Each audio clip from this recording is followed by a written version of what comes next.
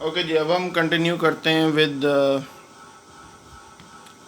Slide number 57।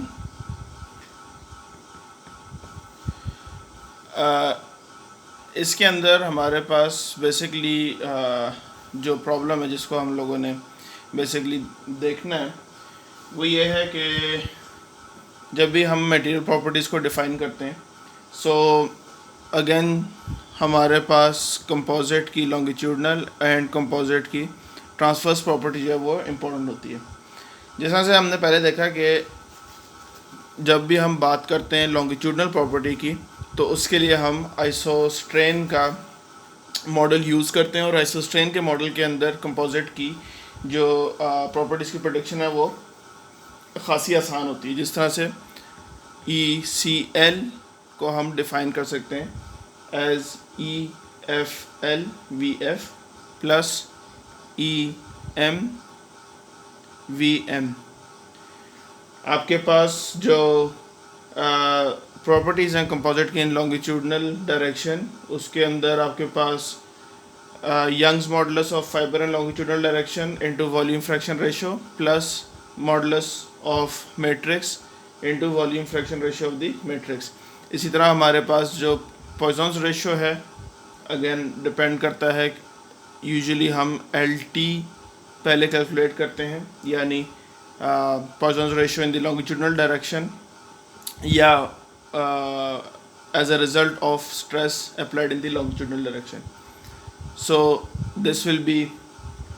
equal to mu f, यानी Poisson's ratio of fiber into the volume fraction ratio of fiber plus Poisson's ratio of matrix into the volume fraction ratio of matrix. Transverse direction की जब हम बात करते हैं तो उसके अंदर फिर हमारे पास जो 1/, इस तरह की एक वो बनती है V F over and V M over etcetera. उस तरह की जो हमारे पास फॉर्मूलेशन है वो हमें बहुत अच्छी प्रोडिक्शन नहीं देती। सो ट्रांसफर्स के लिए हमारे पास एक sort of semi empirical relationship है जिसको हम हाल्पिंसाई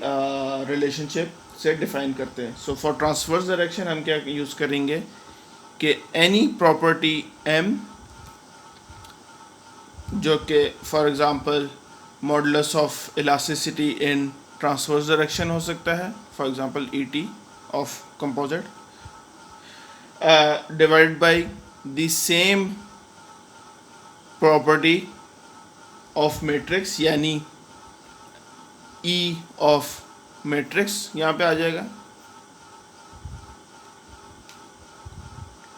this will be equal to 1 plus xi eta V F divide by 1 minus eta V F, जहाँ पे आपके पास V F is the volume fraction ratio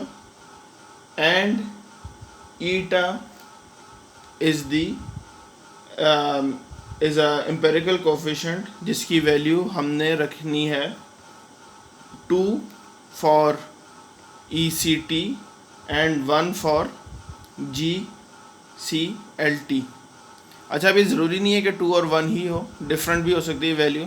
ये बेसिकली आप एम्पेरिकली किसी भी एक स्पेसिमेन के ऊपर ट्रांसवर्स डायरेक्शन में लोड अप्लाई करके उससे फिर आप डिफ़ाइन करते हैं कि आपके पास प्रॉपर्टीज़ कितने आराम से उससे मैच हुई हैं। और eta is a coefficient which depends on the property of fibre, the property of matrix, again m is equal to e और mu, ठीक है ना, कोई भी प्रॉपर्टी जो कि आप डिफाइन कर रहे हैं, -1 divided by M F by M M plus psi, ठीक है। सो इसके अंदर फॉर एग्ज़ाम्पल मैंने अगर डिफाइन करनी है E C T, so E CT will be equal to E M 1 plus psi for ECT is 2, और ईटा की हम वैल्यू कैलकुलेट कर लेंगे बाद में। वी एफ जो भी आपके पास वॉल्यूम फ्रैक्शन रेशियो है, divided by MF, sorry, in this case EFT, और फाइबर और मैट्रिक्स दोनों क्योंकि आइसोट्रोपिक हैं, so FL is equal to FT, so उसको लिखने की ज़रूरत नहीं है, divide by EM, sorry 1 minus eta VF.